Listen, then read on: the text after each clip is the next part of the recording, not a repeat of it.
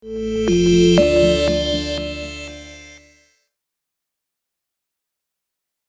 Ibu sekalian, sore hari ini kita sudah hadir ibunda dari Lei Sander Januar, yaitu Ibu Aurelia. Selamat sore Ibu Aurelia.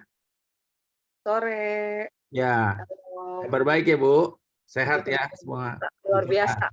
Oke, ya sore hari ini Ibu Aurelia kami mau mendengarkan kesaksian mengenai kesembuhan yang dialami oleh Lei Sander Januar yang dikatakan sembuh dari jaringan pembuluh darah atau lymphovascular malformation. Jadi bisa dijelaskan latar belakangnya pertama kali divonis sakit tersebut dan hingga perjuangan ibu dan keluarga untuk menggapai kesembuhan buat Ananda Lei Sander Januar hingga benar-benar dinyatakan sembuh. Silakan Ibu Aurelia. Shalom semuanya, selamat sore. Terima kasih untuk kesempatannya. Maaf suara saya agak serak sedikit, cuaca yang kurang baik. Ya, saya mau perkenalkan diri dulu. Saya di sini Aurelia. Saya seorang ibu dari 3 orang anak laki-laki. Anak saya laki-laki semua. Dan saya di sini mau bersaksi tentang bagaimana Tuhan menyembuhkan. Saya disebut sembuh belum sama dokter, tapi sudah sampai saat ini pun saya sungguh sangat luar biasa bersyukur gitu kondisi Lei saat ini dibanding waktu pertama kali. Baik, karena Lei anak ketiga, jadi kehamilan itu kami rasakan semua biasa saja, tidak ada yang spesial, tidak ada yang mencurigakan juga dari kandungannya. Semuanya berjalan dengan baik sampai satu hari saya harus melahirkan, dan karena saya saat itu ingin steril, anak saya sudah 3 saya pikir gitu kan. Jadi saya, sekalian aja dah steril, disesar sekalian steril gitu, jadi nggak kerja 2 kali. Nah, semuanya berjalan dengan baik, saya sudah tanda tangan, sampai hari H datang dan saya sudah berada di, ranjang operasi dan bayi pun dikeluarkan akhirnya dari tubuh saya nah, saat itu barulah dokter berkata, "Bu, tahu nggak ada benjolan di bayi ibu," katanya gitu. Saya bilang, dalam masih kondisi di, ranjang itu ya, di kasur operasi, di tempat operasi itu, dokter bilang, "Bu tahu nggak kalau bayi ibu itu ada benjolan?" Saya pikir bayi benjolan paling kayak bisul lah gitulah kan ya. Puji Tuhan di situ kondisi saya juga, sadar gitu kan. Jadi saya masih bisa jawab, saya bilang, "Nggak tahu Dok," kata saya gitu. Eee saya harus hentikan steril deh kayaknya, atau saya harus izin dulu sama bapak, gimana? "Udah nggak apa-apa," kata saya, "nggak apa-apa steril aja langsung," kata gitu. Tapi kata dokter, "Saya nggak bisa, saya harus tanya bapak." Oke, perut saya masih belum ditutup tuh ya, habis lagi disesar itu, di ruangan itu perut saya belum ditutup, belum dijahit, dokter keluar membawa bayi Lei, bertemu dengan ayahnya, bertemu dengan papanya, lalu ada sekitar hampir 10 menit dia kembali dan berkata, "Bu, maaf, sterilnya kata bapak di-cancel, tidak jadi," katanya. "Oh, ada apa?" Gitu kan. Ya akhirnya karena saya masih pengaruh bius, akhirnya saya tertidur sampai saya sadar lagi tuh di ruang tunggu untuk dipindahkan ke kamar rawat gitu kan. Nah, itu suami saya datang, terus mukanya beda banget dengan pada saat anak ke-1 dan anak kedua lahir gitu kan. Beda orang kalau misalkan ada lahir anak pasti mukanya seneng banget dong, happy gitu, "Wah kita udah punya anak bayi, ada 3 nih anak kita, laki-laki semua," bagaimana. Tapi mukanya beda, sedih. Dia langsung bilang, "Ya, eee, anak kita yang ketiga berbeda." Karena saya sadar saya masih dalam pengaruh bius, jadi saya katakan sama suami saya, "Stop, jangan ngomong dulu, ini masih ada pengaruh bius, takutnya timbal balik ke badan saya lagi." Saya tuh mesti bergetar badan saya karena pengaruh bius. Nah, akhirnya saya juga masih setiap kali saya berpikir, "Ada apa?" Tubuh saya bergetar hebat sekali sampai kasur tuh goyang gitu kan. Tapi saya berusaha untuk menenangkan diri, tenang tenang sampai akhirnya di ruang kamar rawat gitu ya, di kamar rawat sudah dipindahkan di ruang kamar rawat, lalu waktunya lah, suster mengantarkan bayi-bayi kepada ibunya untuk diberi ASI, ya kan. Sebelum saya lihat muka anak saya, sebelum saya lihat bayi saya, yang saya lihat susternya nangis. Hmm. Lalu ayahnya juga, suami saya juga nangis, "Ada apa?" Nah, pada saat saya lihat bayi saya Lei ini, di situ saya merasa, seperti terpukul, sedih banget,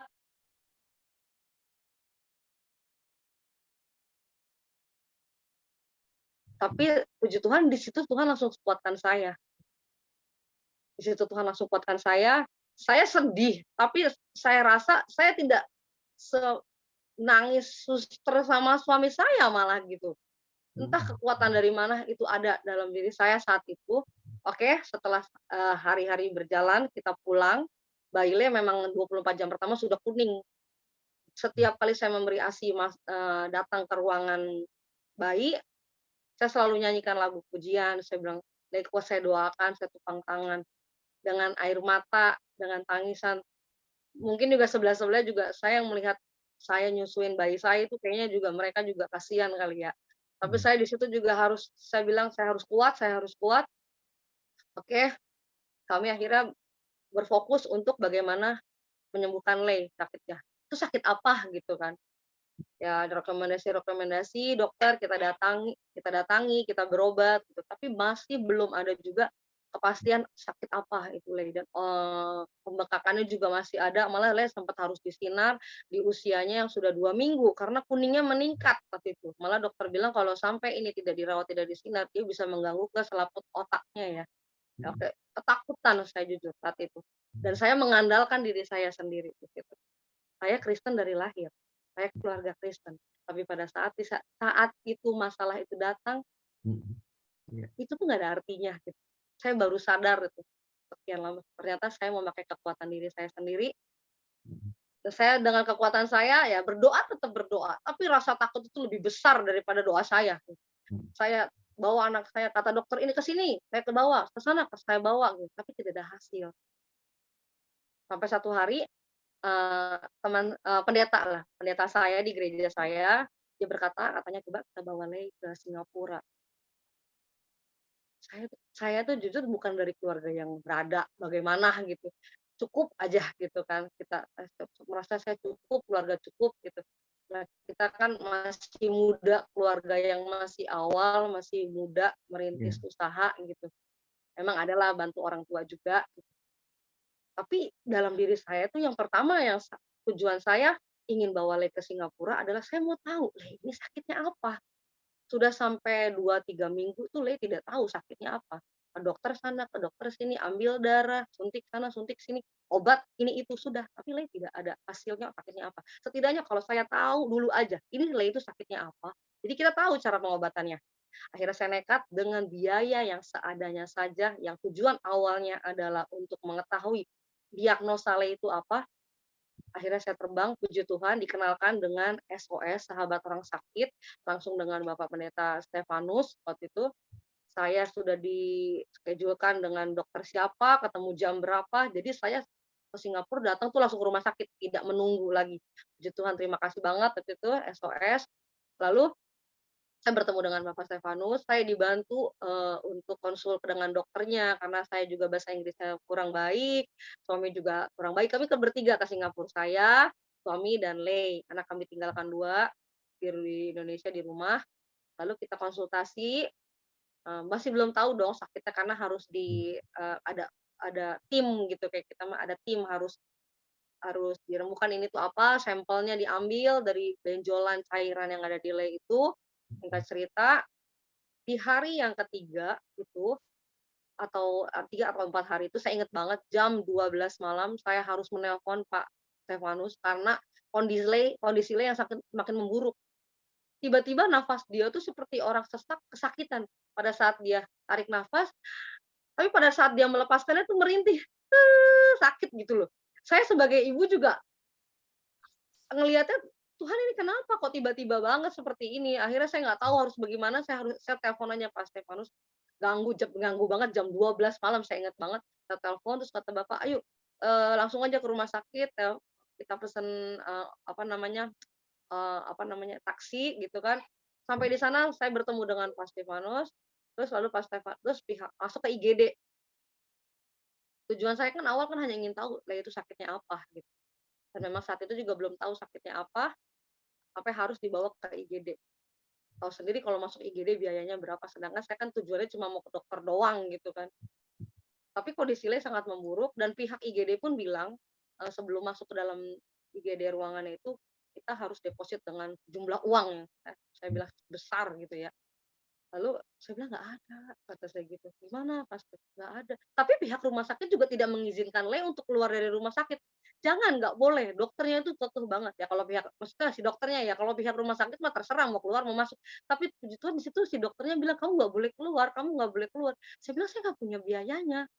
Lalu saya saya saya duduk di ruang tunggu itu, Pastif bilang, "Kamu tenang, kamu tenangkan diri." Akhirnya Pastif bantu berbicara dengan pihak rumah sakit.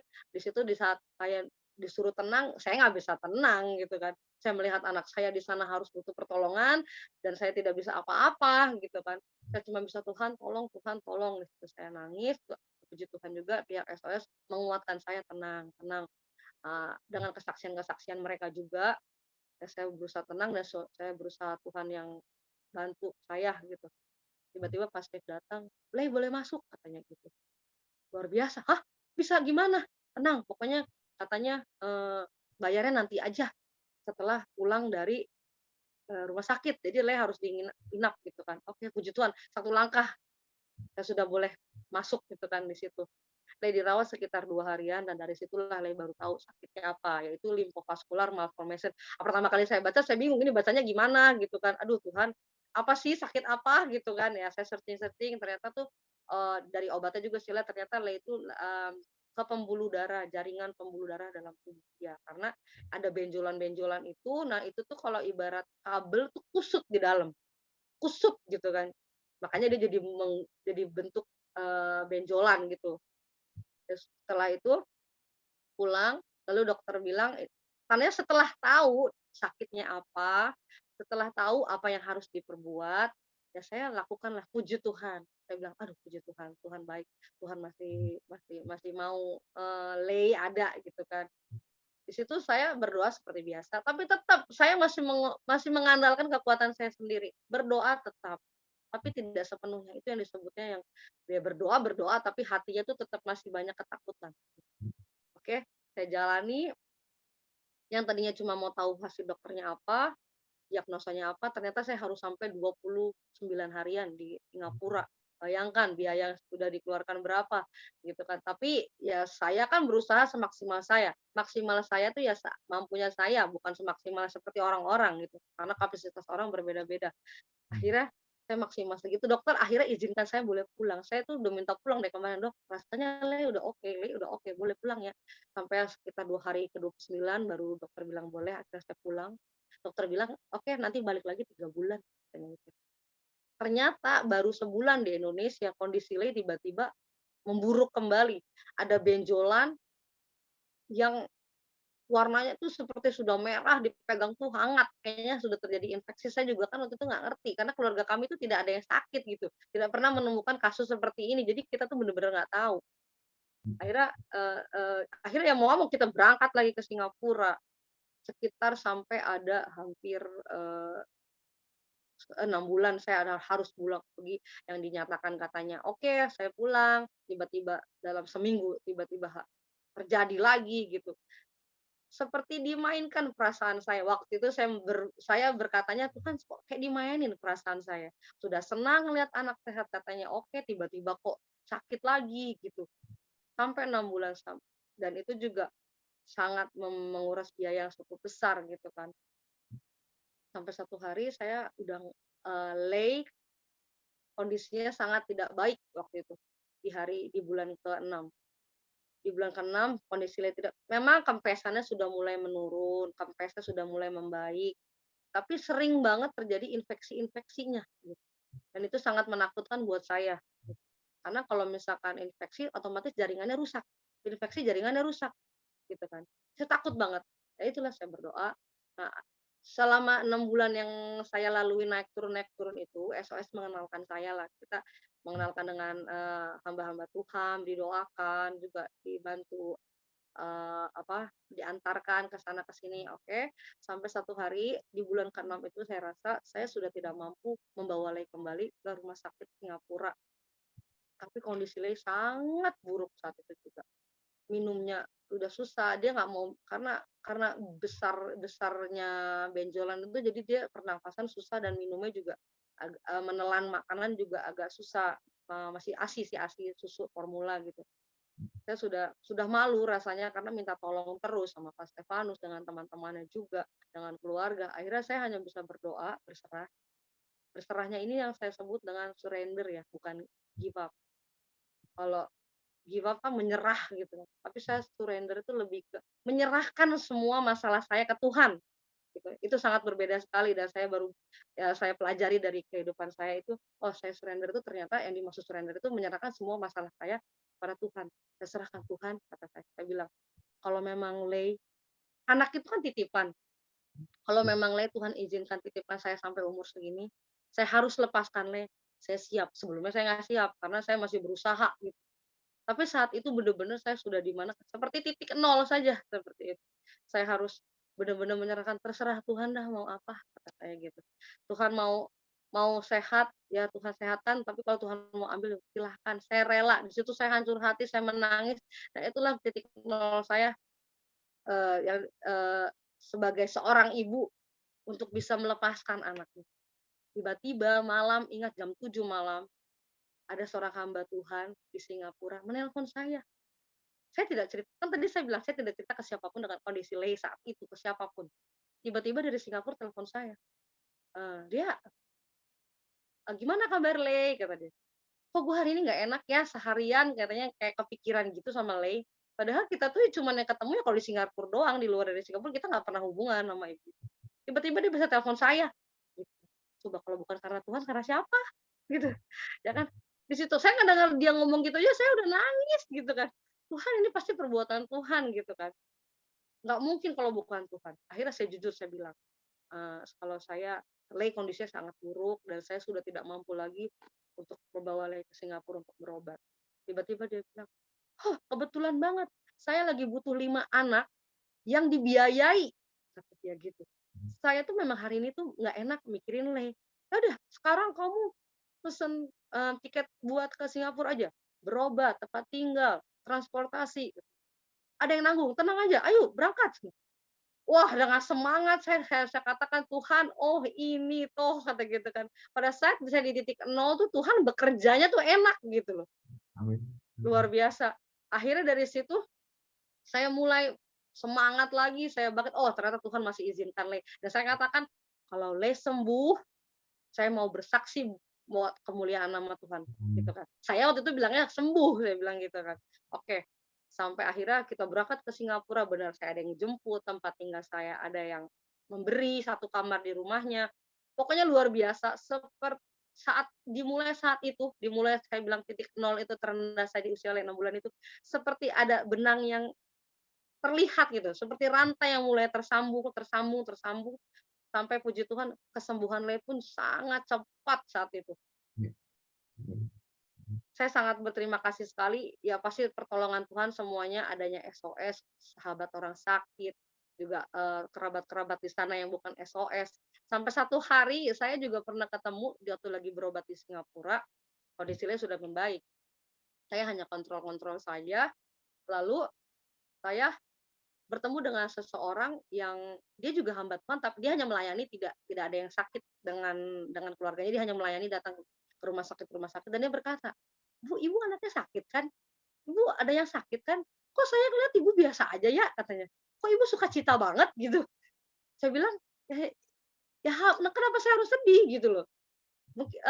Saya harus harus kasih tahu ke semua orang, kalau kalau kalau kita tuh harus bersukacita, apapun proses yang kita hadapi, kita harus mengucap syukur. Bukannya saya bahagia anak saya sakit ya, bukan. Tapi pada saat masalah itu datang, proses itu datang, tetap sukacita tuh, damai itu tetap harus ada dalam diri kita, gitu kan. Nah, Amin. jadi saya mulai mulai mulai membangun, ya positif-positif kata-kata gitu kan. Saya baru mengerti namanya kekristenan itu apa, saya baru mengerti namanya Tuhan Yesus tuh bekerja dalam hidup saya seperti apa, walaupun saya Kristen dari lahir saya bilang tadi, gitu. Sungguh luar biasa. Mujizat setiap hari saya rasakan, tapi ini mujizat yang benar-benar mendongkrak iman saya, apalagi saya seorang ibu gitu loh. Iman saya seorang ibu benar-benar saya disitulah imanmu seorang ibu itu benar-benar gitu kan. Di mana akhirnya puji Tuhan berjalannya waktu, Lei pun berjalan dengan, sehat, tapi tetap dan saya tetap harus berdoa, dan pergumulan saya mau Lei lepas obat. Amin. Amin. Sudah kasih enak, masih minta juga nih gitu kan. Tapi kan kita namanya manusia ingin dong gitu kan, saya harus lepas obat itu. Ya saya berdoa, tapi saya tidak pernah kecewa walaupun Lei masih minum obat terus sampai usia 3 tahun, lalu pandemi datang gitu. Bingung sekali kan karena Lei harus minum obat terus gitu. Emang Lei 3 bulan sekali ke Singapura, tapi sebulan sekali obatnya saya tebus lewat teman-teman yang pergi pulang Singapura, Jakarta, saya ambil di Jakarta gitu kan. Nah, pandemi datang kan semua stop, tidak ada yang bisa keluar masuk dengan mudah. Dan obat Lei bagaimana ini? Saya cari di Indonesia belum ada. Saya coba berobat di Indonesia juga dengan dokter yang spesialisnya samalah seperti itu, tidak ada efek yang jauh gitu loh. Pada saat benjolan itu keluar, sembuh minum obat, tapi keluar lagi di tempat yang lain gitu loh. Apa bedanya? Gitu, sama aja kan. Jadinya saya bilang, "Tuhan ini bagaimana?" Coba Tuhan tolong, kalau Tuhan kemarin tolong, pasti sekarang juga Tuhan tolong, gitu kan. Amin. Yang penting hati kitanya benar-benar memang melekat sama Tuhan, percaya Tuhan bekerja gitu kan. Nah, pada saat itu ya saya coba lewat travel yang suka kirim-kirim, ternyata kirimnya lama banget gitu. Kalau misalkan saya siapkan obat untuk berapa bulan, biayanya modalnya nggak cukup gitu kan. Jadi ya udah jalani seperti itu, lalu sampai ada satu teman yang memberikan saya, seperti alat kesehatan gitu loh. Saya tidak beriklan, saya tidak menjual produk, tapi maksud saya berdoa buat alat ini juga, tapi waktu itu juga posisinya lagi minum obat juga, saya bilang, "Kalau Tuhan mau pakai, pakai Tuhan," gitu kan. "Kalau Tuhan mau pakai, pakai nggak apa-apa." Jadi saya nggak pernah nggak perlu ribet gitu kan.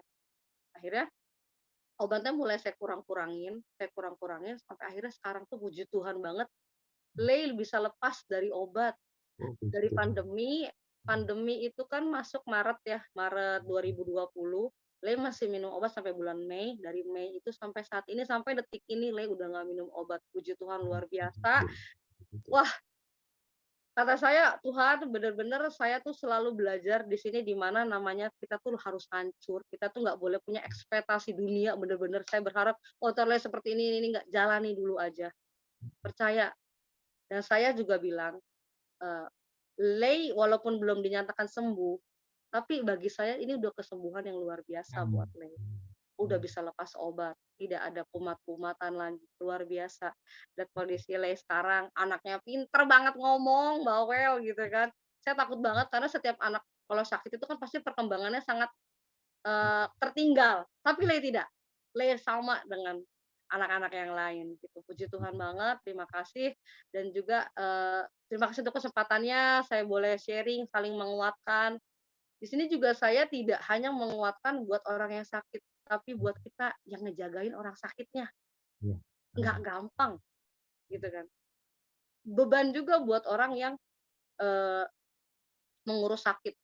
Mungkin kalau anak kecil kita bisa atur, tapi kalau orang tua, saya juga pernah ngalamin. Setelah Lei sakit, mertua saya sakit, jadi saya juga bantu. Itu nggak mudah dan sungguh luar biasa. Kalau kita harus sabar, harus percaya, Tuhan tolong, Tuhan kasih kekuatan. Apa yang terjadi saat ini, semuanya itu semua untuk kemuliaan nama Tuhan. Puji Tuhan, terima kasih, Ya, untuk kesempatannya. ya, terima kasih Ibu Aurelia buat kesaksiannya luar biasa sekali ya. Sayang Luar kita biasa. nggak bisa lihat Lei, tapi salam buat Lei juga. Aduh, Ya. takut rusuh, Ah, Pak, Lei-nya terlalu heboh. ya, ya, ya. Baik. Izinkan saya berdoa untuk Ibu Aurelia dan Lei ya. Ya, mari kita doa. Bapak yang Maha Baik, terima kasih Tuhan. Sungguh luar biasa Engkau Tuhan. Dari kesaksian yang kami dengar dari Ibu Aurelia, bagaimana Tuhan menjamah Lei Sander Januar Tuhan dengan cara yang ajaib. Sejak dia lahir ke muka bumi, dia dirawat di Singapura, dan obat-obatan yang tersedia, bahkan sampai lepas obat Tuhan. Dan Engkau memelihara dia dengan kesehatan dan kekuatan, sehingga Lei bertumbuh sebagai anak yang luar biasa Tuhan. Kami sungguh bersyukur untuk setiap kebaikan Tuhan yang boleh dialami oleh Ibu Aurelia dan suaminya, dan juga untuk Lei Sander Januar Tuhan. Kami sungguh bersyukur, dan biar Tuhan terus memakai Tuhan kesaksian Lei Tuhan melalui Ibu Aurelia, biar nama Tuhan terus dipermuliakan, dan banyak orang yang dikuatkan melalui kesaksian yang didengar dari Ibu Aurelia. Kami memberkati Ibu Aurelia, suami dan anak-anak, juga khususnya Lei. Tuhan, kami berkati di dalam nama Tuhan Yesus, biar kekuatan, kesehatan, pemeliharaan Tuhan, dan kesembuhan terus dimeteraikan atas keluarga ini, khususnya juga bagi Lei. Terima kasih Tuhan, kami sungguh bersyukur. Engkau sungguh luar biasa, baik adanya. Terpujilah Engkau di dalam nama Tuhan Yesus. Haleluya. Amin. Amin. Terima kasih sekali lagi Ibu Aurelia buat kesaksiannya. Bapak, maaf, aku boleh tambah sedikit nggak? Oh ya, silakan, boleh. Waktu proses Lei sakit itu, ada banyak suara yang nggak enak didengar di luar. Ada sebagian yang bilang, ini kenapa bayinya kok kayak gitu? Itu orang tuanya berdosa kali, atau ada dosa apa, ada kepahitan apa. Banyak intimidasi yang datang gitu ya. Sampai nanya, Tuhan dosa apa ya Tuhan, minta ampun Tuhan gini-gini. Tapi yang saya tahu, yang saya koreksi akhirnya sekarang apa, Tuhan mengizinkan itu semua bukan karena dosa, bukan karena saya pernah apapun, tapi Tuhan izinkan untuk kemuliaan nama Tuhan sendiri. Amin. Amin. Jadi buat kita yang mungkin pernah mengalami seperti saya yang katanya, lu berdosa apa, kamu berdosa apa, kamu seperti ini, percaya. Tuhan izinkan untuk kemuliaan nama Tuhan. Amin. Kita tetap percaya aja. Setuju, Terima kasih. setuju. Amin. Ya, terima kasih Ibu Aurelia. Sama-sama. Terima kasih buat pesannya. Ya.